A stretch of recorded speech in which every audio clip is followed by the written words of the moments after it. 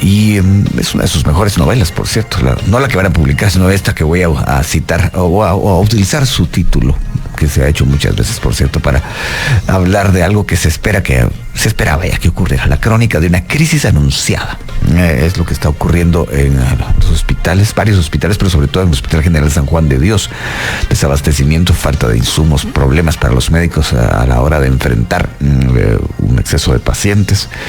Y claro, habrá que determinar exactamente qué es lo que sucede, porque días atrás, tal vez un par de semanas atrás, se empezó a hablar del tema y las autoridades entrantes hablaban de lo que les habían dejado y cómo era la situación que estaban enfrentando. Para poder hacer un análisis de ello, ya que no ha habido manera de que podamos platicar con las autoridades para que nos cuenten cuál es la situación, vamos a hacer el análisis periférico, el análisis de la experiencia, el análisis que viene de lo histórico. Pregunto si estamos ya listos con nuestros invitados. Tenemos ya uno de ellos, sí. Es el doctor Rafael Espada, ex vicepresidente de Guatemala y ex representante de las facultades de medicina de las universidades del país. Doctor Espada, gracias por atender esta llamada telefónica. Buenos días. Buenos días, Felipe, muy amable. Todavía soy representante de los decanos. Todavía. Qué bueno. Gracias por decírmelo. Aquí me pusieron ex, así que bueno, tal vez es el representante, el hecho de que usted lo aclare mejor. Así no hay cambios de puesto así súbitos. Todavía no. Doctor, gracias por atendernos. Cuéntenos, cuando yo utilizo, me baso en un título de una novela muy famosa, La crónica de una muerte anunciada de García Márquez, pero le cambio una palabra y digo crónica de una crisis anunciada. ¿Usted cree que esto era inevitable? Se veía venir, digamos, incluso desde el año pasado. Según su experiencia, ¿qué puede contrastarnos al respecto? Adelante. Muchas gracias por tenerme y un saludo a la audiencia. Pues cabalmente yo lo tengo aquí apuntado, más o menos con un término similar. Para mí es una tormenta anunciada. Es una tormenta anunciada que históricamente hemos visto que sucede en todos los gobiernos por múltiples causas. El Ministerio de Salud Pública y el segmento de salud, para mí, siempre lo decía en gabinete, es el ministerio más importante de la administración de un país. Sin salud no hay nada. Sin salud y bienestar, todo se derrumba. Y eso asociado con una mala gobernanza, que lo dijo la vicepresidenta Harris cuando vino, Guatemala tiene una pésima gobernanza, se lo dijo el presidente Yamatei. Pero eso quiere decir la administración pública. Nuestra administración pública desafortunadamente es muy deficiente asociado a todo lo demás. A mí no me gusta ver cosas negativas porque soy un hombre optimista, pero sí hay que reconocer el problema serio que tenemos en el país, en el sistema administrativo. Esta era una tormenta que sabíamos que ha venido en todos los gobiernos. E incluso, no quiero que lo tome personal el nuevo ministro, pero por lo regular el primer ministro de un gobierno no dura un año.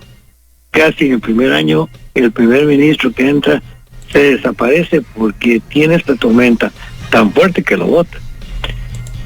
Nosotros tuvimos una experiencia, nuestro primer ministro en el gobierno del presidente Colón, un hombre completísimo, con una gran experiencia. Desafortunadamente tuvo problemas de salud y se tuvo que ir el doctor Eusebio del Cid y ya falleció. Y así, por lo regular, los ministros no aguantan, porque el sistema administrativo de la salud de Guatemala, principalmente en Guatemala, asociado a todo lo que nosotros tenemos, la falta de transparencia, la falta de sistemas de compras y contrataciones, la falta de una verdadera acceso a información pública, que es la mejor ley que ha tenido el Congreso de Guatemala y no es efectiva, la ley de probidad, la ley de servicio civil, todo eso combinado para el ministro es una cosa muy seria. Y luego la corrupción, que era lo que el presidente habló, y sabemos todos que la corrupción es asquerosamente presente en todos los sistemas, y en el sistema de salud es peor, porque la gente lo manipula. Administrar el ministerio, administrar un hospital es una cosa muy seria. Un hospital, que ahora tenemos la crisis hospitalaria, administrar un hospital es una industria en 100 industrias. Quien dirige el hospital, desafortunadamente siempre nos pone a los médicos a dirigir el hospital. Y unos serán buenos, pero la mayoría no son buenos administradores, porque el médico no tiene una preparación y un entrenamiento administrativo. Médicos, tenemos otros sistemas.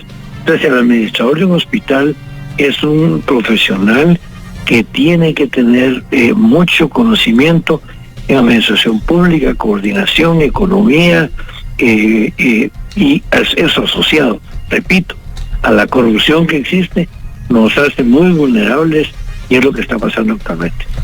Gracias, doctor.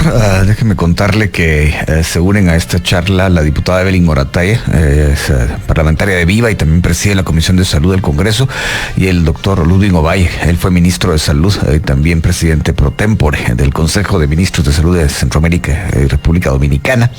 Y bueno, ha ocupado varios puestos en los que se ha desempeñado también como administrador de la salud.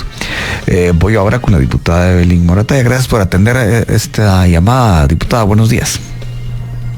Luis Felipe, buenos días al querido doctor y al licenciado Valle, a la audiencia, a las órdenes. Cuéntenos, diputada, esta semana ustedes han citado a autoridades y ha habido, bueno, incluso hizo viral un video en el que se está planteando el tema de que ha habido malos manejos. Yo me imagino que son en el pasado. ¿Usted puede contarnos más acerca de qué es lo que ustedes han podido determinar de la situación actual de hospitales y de la crisis que hay en el ministerio? Adelante.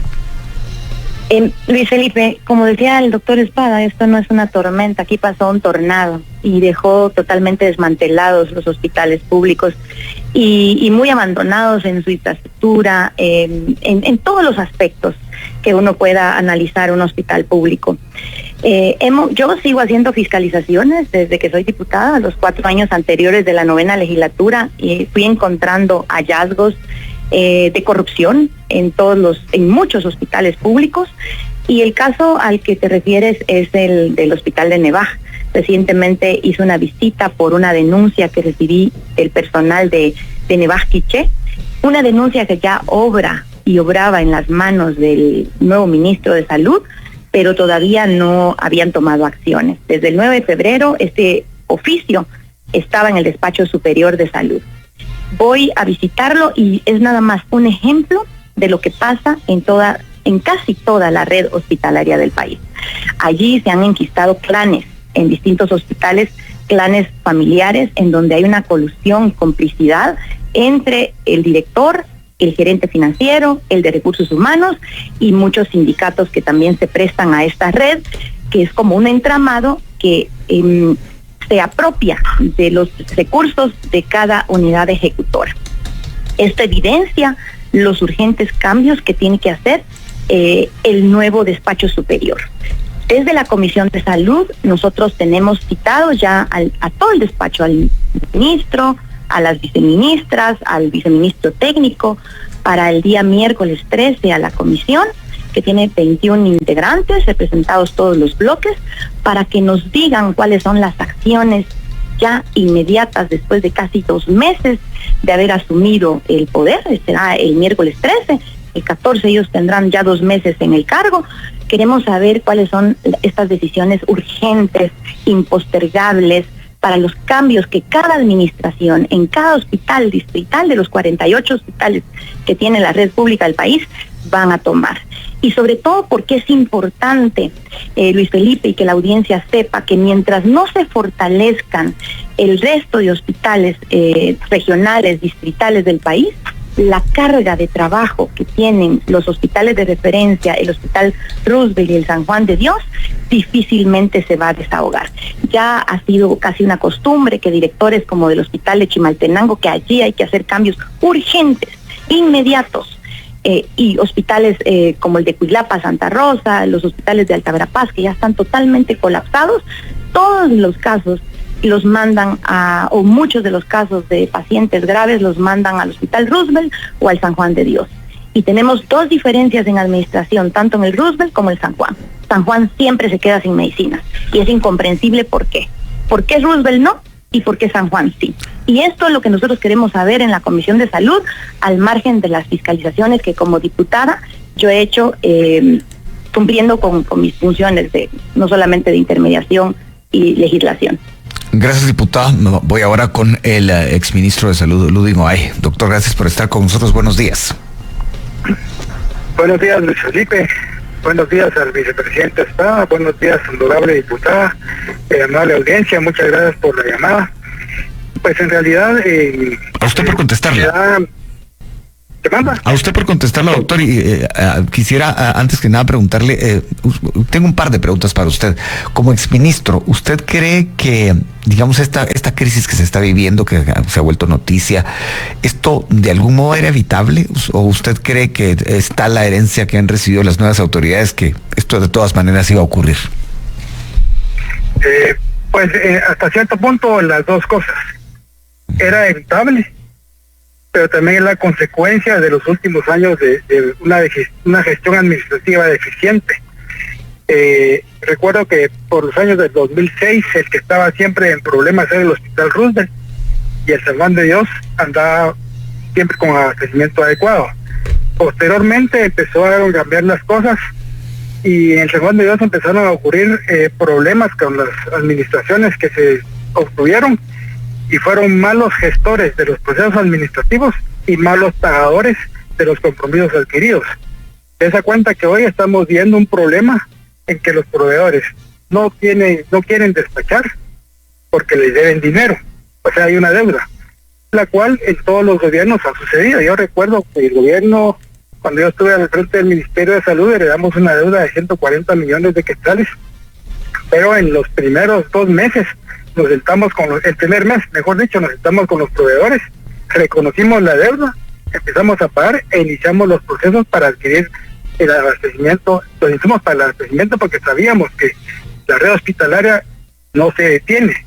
Todo el tiempo hay demanda de recursos y no podemos darnos el lujo de que nos falte. Si no, pasa lo que estamos viendo hoy, que hoy es un hospital, pero seguramente hay más, en donde los procesos administrativos se perdieron. Y entonces tenemos lo que estamos viendo el día de hoy. ¿Era previsible? Sí. Sabíamos que habían problemas, sabíamos, y al final pues el equipo que entró obviamente se encontró con un monstruo de 1000 cabezas y que tiene que ver cómo le hace frente. Pero el primer paso para esto es sentarse con los proveedores, reconocer lo que se les debe, iniciar procesos administrativos de inmediato como cotizaciones, licitaciones, y a la par hacer compras directas en los insumos más urgentes para que se pueda abastecer los hospitales que necesiten. También hay que reconocer que el contrato abierto actual ya no tiene muchos insumos, ya los medicamentos son del contrato de hace 3 años, y algunos proveedores ya no quieren despachar porque los precios cambiaron también. Entonces es urgente que se sienten a hacer un nuevo contrato abierto de medicamentos con el Ministerio de Finanzas y con el Seguro Social, así como también acudir a los organismos internacionales como el Fondo Rotatorio de la OPS, el Fondo de Poblaciones de UNFPA o a través de AID para que puedan hacer compras y abastecer de manera más inmediata a los hospitales. Creo que hay salidas, creo que era previsible, pero también no es algo nuevo. Ha pasado muchas veces porque también la demanda se incrementa o porque los procesos de cotización y licitación son muy engorrosos y tardan demasiado. Ya lo decía el señor vicepresidente Espada, que a veces no dan tiempo suficiente para que se despachen los insumos y llegamos a problemas como estos. Bueno, le dije que tenía 2 preguntas para usted inicialmente, doctor Ovalle. Veo que ya es casi hora de la pausa, así que le pido ser muy directo en esto que voy a plantearle. La diputada Evelyn Morataya hablaba de un caso específico, pero dice que ha visto varios.